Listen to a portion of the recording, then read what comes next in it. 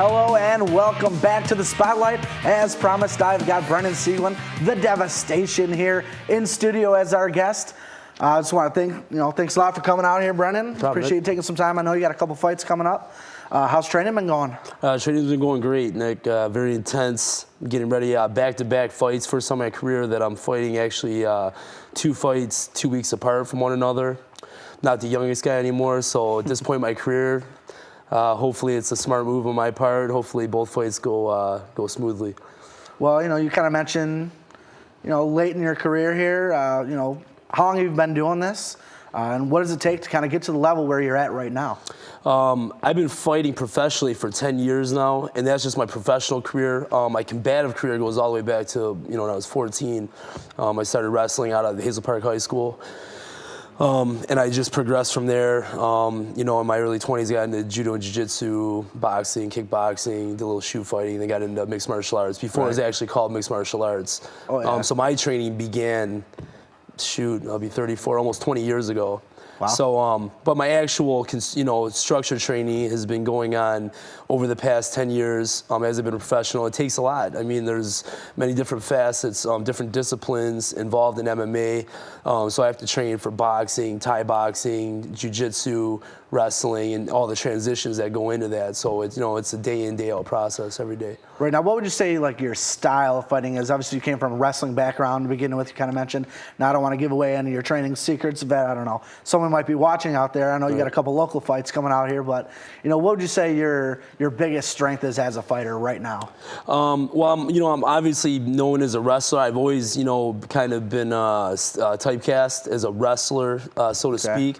But I've definitely rounded my game out, and my strong points are my stand-up game now, and more guys are finding that out after I've knocked out several top fighters throughout my career. And so, preferably I like to stand and bang, as we call it, stand, toe-to-toe with the, more of the boxing, Thai boxing. I like to throw hands. I'm an exciting fighter.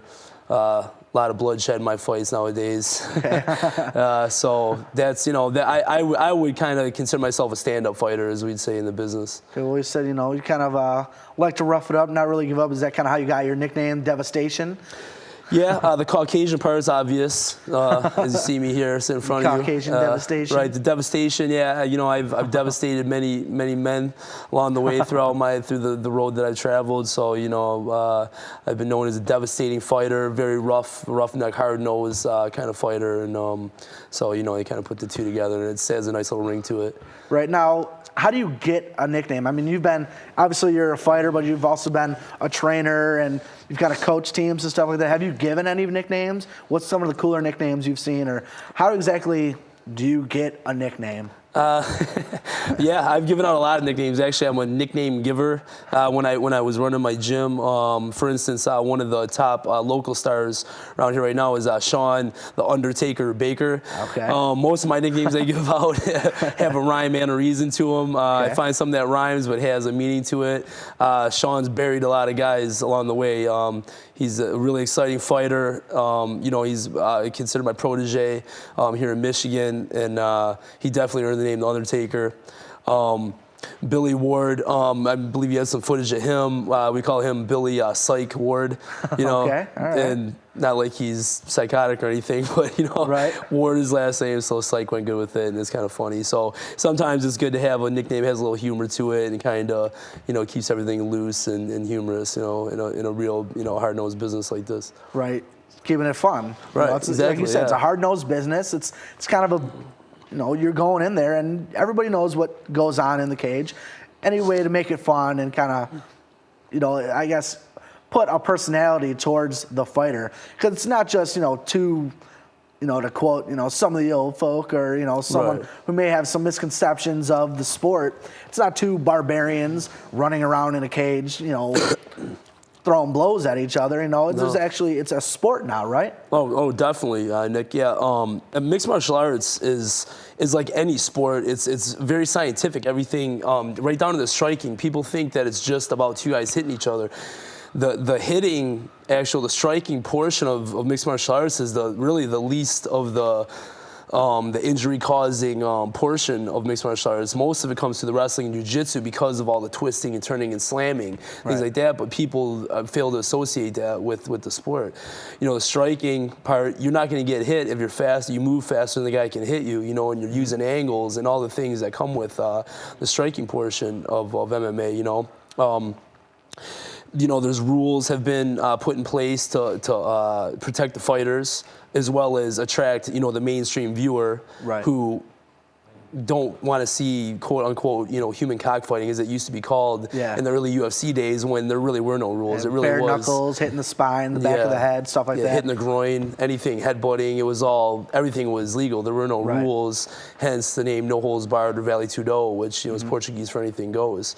So, you know, a lot has changed over the last 20 years, you know, or, well, about almost 20 years now in mixed martial arts. All right, well, you kind of mentioned a couple of the fights that you got coming up. You want to tell us a little bit more about that? Yeah, well, the first one I have coming up right now is next Saturday. It's a pay-per-view fight that's going to be on MMAactionlive.com.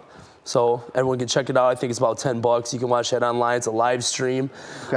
It's going to be for CFX Mayhem in Minneapolis. It's going to be Minneapolis, Minnesota. Okay. I'm fighting the striking Viking, Isaiah Larson, out there in a 185-pound bout. That's next Saturday.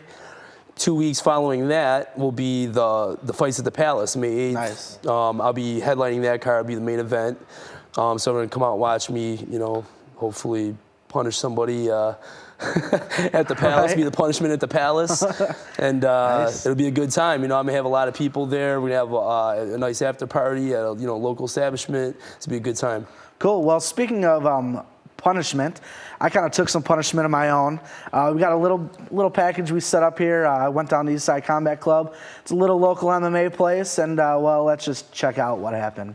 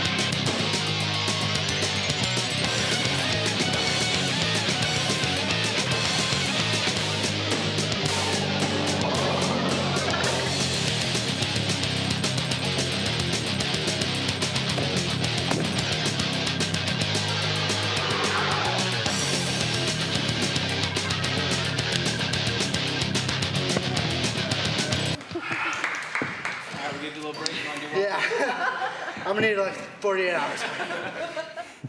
Yeah, so needless to say, I gassed out a little bit.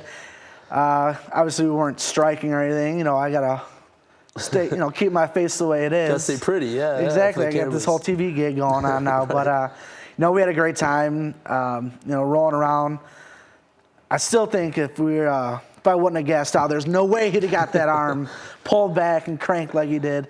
But everybody was really cool down there. I want to thank you for coming on the show. I appreciate it. Good luck in your upcoming fights. Brendan Siegel and everybody, check him out on MySpace, on Facebook. You can always find a link on our Facebook page, facebook.com/tvwarren.thespotlight. And we'll get as much information on Brendan Siegel as we can. But coming up after the break, The Word from Becca Freeman and a musical performance by Replicas. Stick around. We'll be right back.